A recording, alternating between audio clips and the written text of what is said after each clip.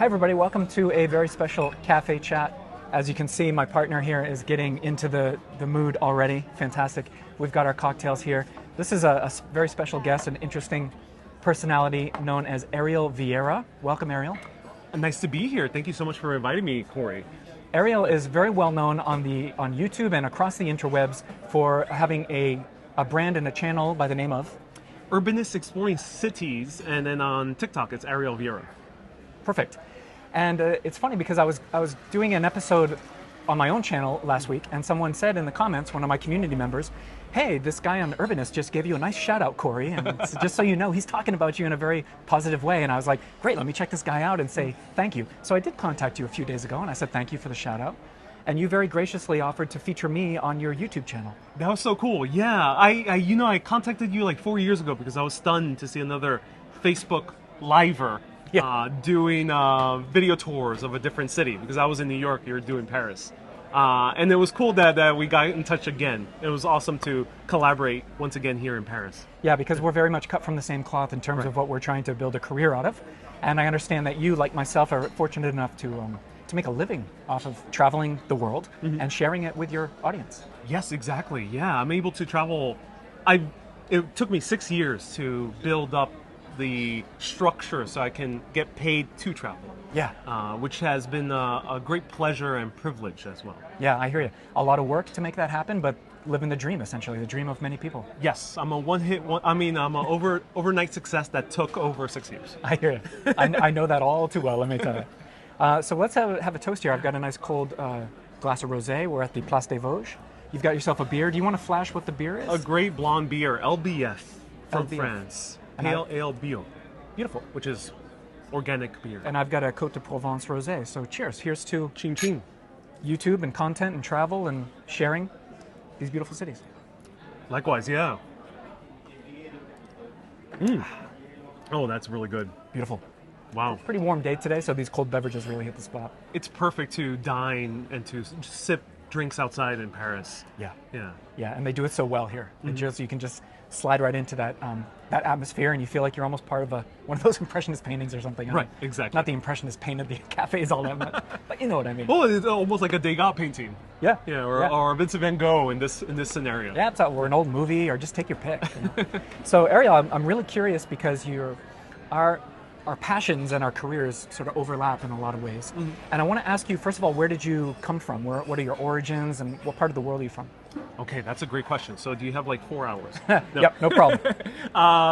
So I'm originally from Puerto Rico. I came to New York City when I was very, very young. So I'm a person of two cultures. Wow. Both Latin American, Puerto Rican specifically, and New Yorker. But when it comes to live, I actually started doing live video when I used to work in the media industry. So I worked for Curbed, which was part of Vox Media with a V. And that was the time where Facebook was paying major media companies to do live videos. Okay. Which at that time, Curbed did not have a video team, so I was the social media manager / community manager. So I was like, oh, I can grow the Facebook page and grow a community while doing the live video. Take it all on. So I started doing those, and those were a blast to do. Unfortunately, we had creative differences in terms of they were going more to home and decor, and also they wanted me more behind the scenes. Yeah. And I started loving being in front of the scene as well, in front of the camera. Yeah. So I was like, F it, I'm gonna do this on my own. And I started Urbanist on Facebook 6 years ago. 6 years ago. Yeah. Okay. Yeah. So you got into it even before I did. And what drew you to the live stream aspect? Because as you well know, there's a big difference between live streaming videos as opposed to just the traditional way of recording them and then posting them. You know, great question. Concurrently with starting to stream and Curbed, I was trying to vlog because I got deeply inspired by Casey Neistat. Yes. And famous YouTube vlogger and one of the big names. Always wears the sunglasses, Yeah. and I bought everything. I started wearing sunglasses. I bought the drone, which was gigantic back then. Wow, yeah. I bought a little skateboard to try to do it as well, and the huge camera with the huge Joe B tripod. Okay. And then as I started doing a video, especially as I was like, because I love cities, I love exploring, I love history and architecture, I started to talk about a neighborhood in New York, Nolita, and pointing a big camera and staring into a huge lens in public, alone, felt like the most loneliest thing to do ever. Yeah, because that was a very rare thing to see in the early days, a guy with a huge camera talking into it. Right. Yeah. So the moment I started live streaming, I did a live stream in Bryant Park for my job, and I saw those little hearts and those little smiley faces pop up because that's a feature on Facebook. And I thought to myself, wow, I can make a vlog and have company. Oh yeah, good point. You don't have to be alone on the streets. Right. And that got me hooked. And also I didn't need to edit. So I didn't need to spend time to edit a video. Yes. And that got me hooked. And also I'm a huge fan. I consider myself first and foremost a filmmaker and entertainer. So I'm a huge fan of one-take films or films that appear to be one take. Yeah. Like Children of Men. There's a great German film called Victoria. And I thought to myself, live video feels like that. It feels super immersive because it is a single take. Wow, I never looked at it that way. That's interesting. Excellent. And what are some of the challenges you've come across live streaming? Because I know very well that it's not always cupcakes and roses and everything goes according to plan. Is there anything that weird or crazy unexpected that's happened over your years of live streaming? Things where you were live and something weird took place? Yeah, so many different things. Yeah. Also, every culture has a different, what I call camera culture. Every culture responds to the camera differently. So here in France, people tend to stare a little bit longer than normal in the US. Interesting. So that's one interesting quirk about doing a live stream, for example, here in France. But many cool positive things have happened. For example, I was exploring Little Ireland in the Bronx, and I decided to go down into Manhattan. I ran into an amazing Urbanist viewer who showed me a wonderful cafe. And then as I was drinking cafe with her, there was the father of another Urbanist viewer. Oh, great. That spontaneously decided to show us their apartment. And their apartment was the most lavish thing I ever saw in the middle of Manhattan. No. Like a tiny little New York apartment, but designed lavishly. Good for you. I love that. And that was a very fun, spontaneous adventure. And that tends to happen quite a bit in live streaming. Yeah. Especially the longer you live stream in terms of the length of the stream, the more happenstance happens in serendipity. Yeah. Okay. Well said. Well said. And what has your experience been like in Paris? I mean, how do you do a lot in New York and a lot in the U.S. Mm-hmm. You're based in New York, as I understand, Yes. right? New York City. But you're traveling a lot through Europe at the moment. And what brought you to Paris, or what are your impressions of the city right now? Well, what brought me to Paris is it's a magical city. It's also very easy to live stream because you have so much density in one city. You're able to walk around and there's always things happening. There's always food to get. Because my live streams combine history, food, architecture, and travel. So the denser the city, the better. So that's one of the reasons for Paris. Because you do like to feature food sometimes on your videos. You know, eating and stopping in cafes and drinking coffee is also very much a part of your content. Exactly. Remind them the name of your YouTube channel again. Urbanist Exploring Cities. Great. And that's Sorry. the gist of it, is exploring the city. But the reason I call myself urbanist is because, as opposed to a flaneur, which is very popular here in Paris, it was coined here. Yeah. A flaneur gets to know the city by meeting the people and enjoying the nightlife, for example. But for me, I consider myself more of an urbanist, or I would love to be one day considered an official urbanist, because an urbanist is someone who explores a city and gets to intimately know how cities are built and how they are designed and how they work. Their actual inner workings. Oh, I like that. That's not a word that's really been part of my vocabulary, but so you're teaching me something here. I like that. I'll put the link, by the way, of all his info, because you've got what else do you have, other ways people can find you? TikTok? Yeah, TikTok is my name, Ariel Viera. And then Facebook, I also post all my videos. Great. Facebook is the only place I can post everything, including photos too. Fair enough. Urbanist Live. And then same thing with Instagram.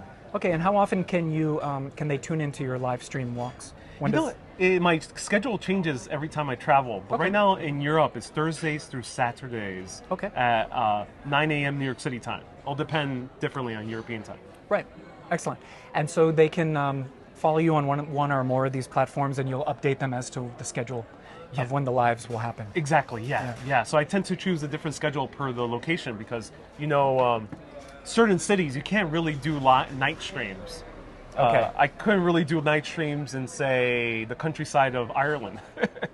it would not work. Okay, fair enough, fair enough. So that's why I choose a different schedule every time I travel to a new place. Excellent. Yeah. And places that you have already been to, I was scanning through your YouTube channel, you've been to all kinds of cities.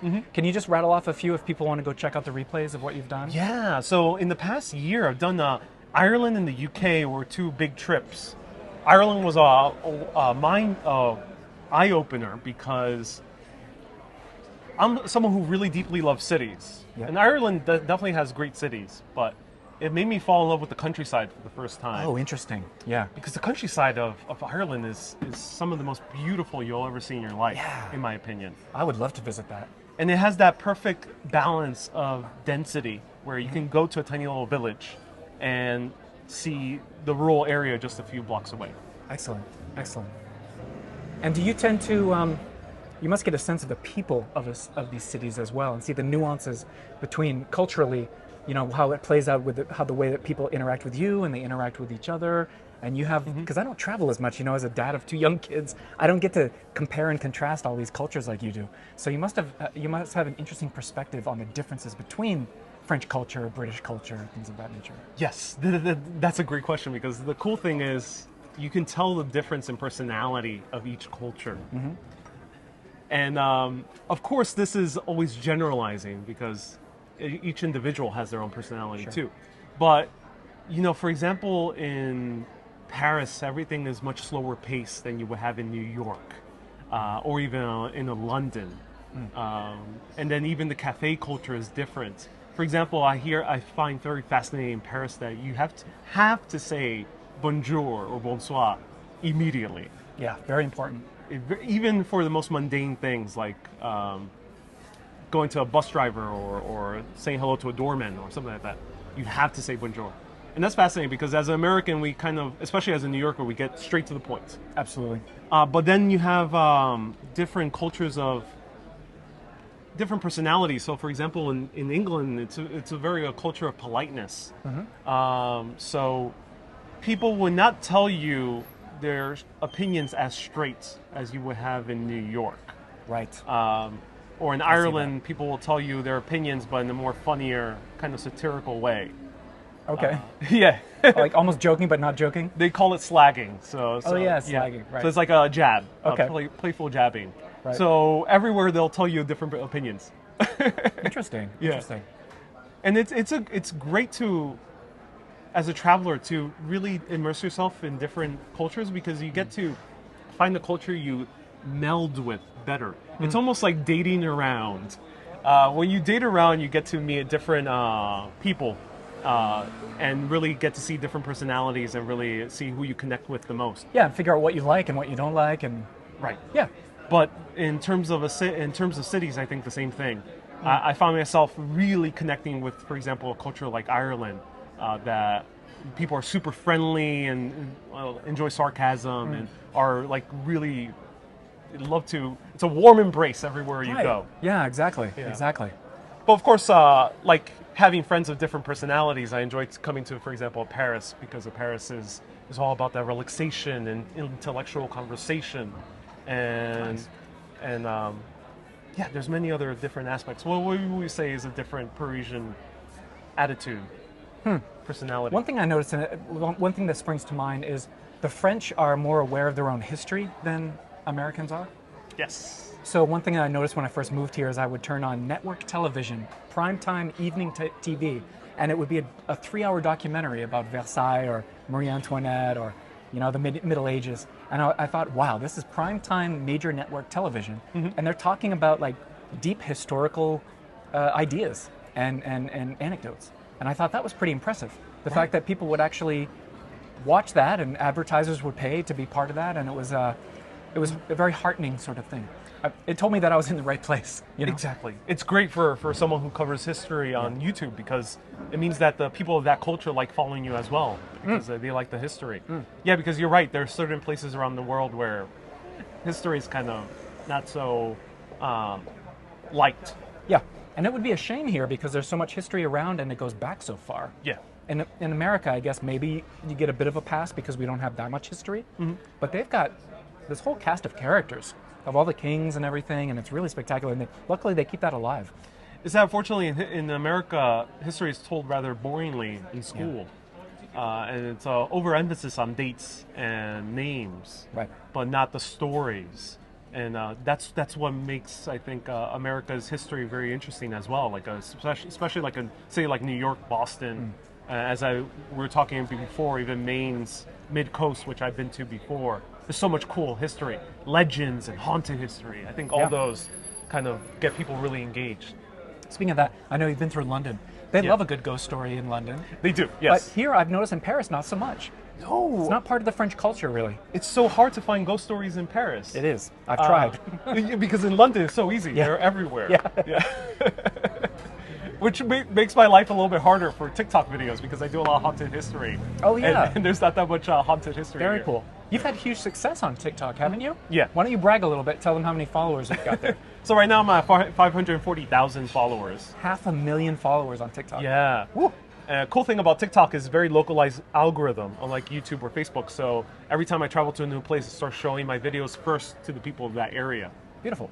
So I found myself, rather than being entertaining people who are tourists and travelers, I'm entertaining the locals. Oh, wow. So I either have to find stories that they probably don't know or they wouldn't know from an American perspective. Yeah. For example, in Ireland, there's a post office that's littered with bullet holes due to the Irish Revolution. And I made a TikTok comparing it to the American Revolution and how different the treatment was in their founding fathers. While our founding fathers survived and lived very long lives, unfortunately, their founding fathers were executed. So I made that comparison, and a lot of people were kind of blown away because they did not hear the American comparison before. Yeah. That reminds me immediately of the French Revolution. And when I try to explain it to Americans, I say, imagine our American founding fathers all murdering each other. Right. Precisely. That's how it played out in France, I can tell you that much.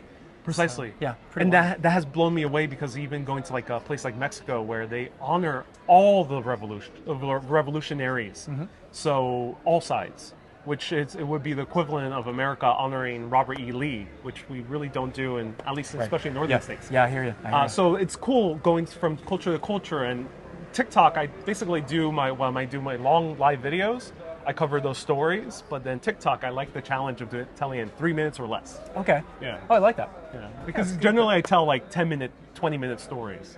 Yeah. Yeah.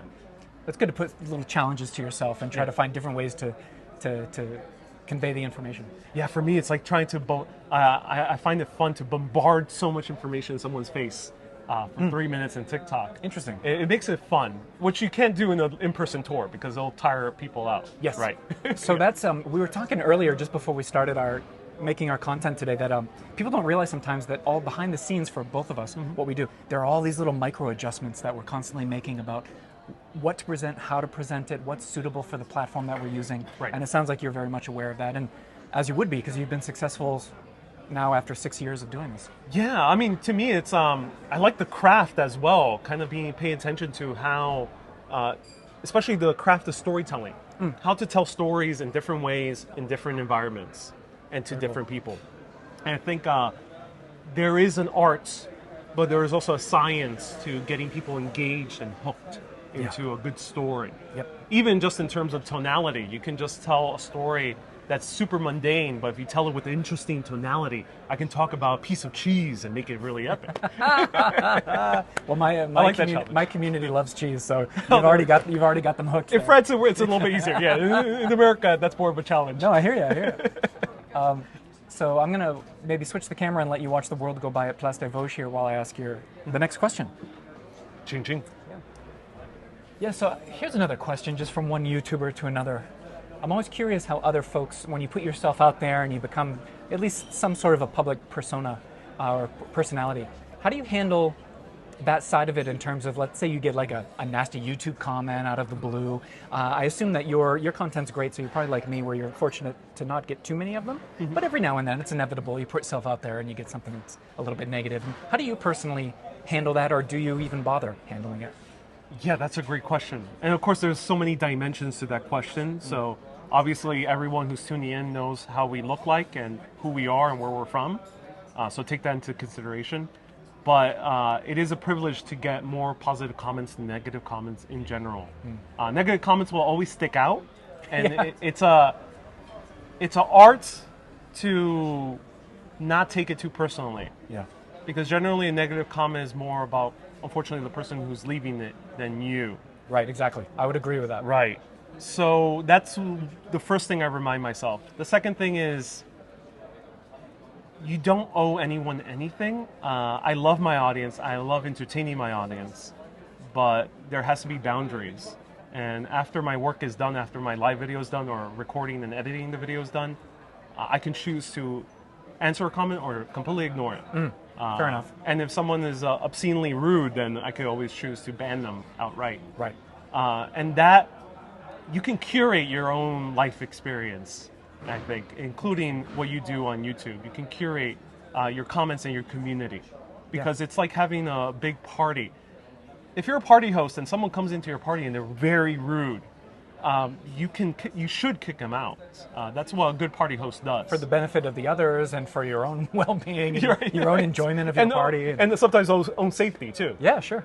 So it's better to curate your own community than not. Because if you let it go AWire, sometimes it's not going to be as enjoyable for you as a creator. So will you tend to respond to a negative comment, or you'll just leave it alone? So that depends. So there's two types of negative comments. There's the negative comment in good faith, which means that the person is in good faith trying to criticize you. Yes. And that could be an honest criticism.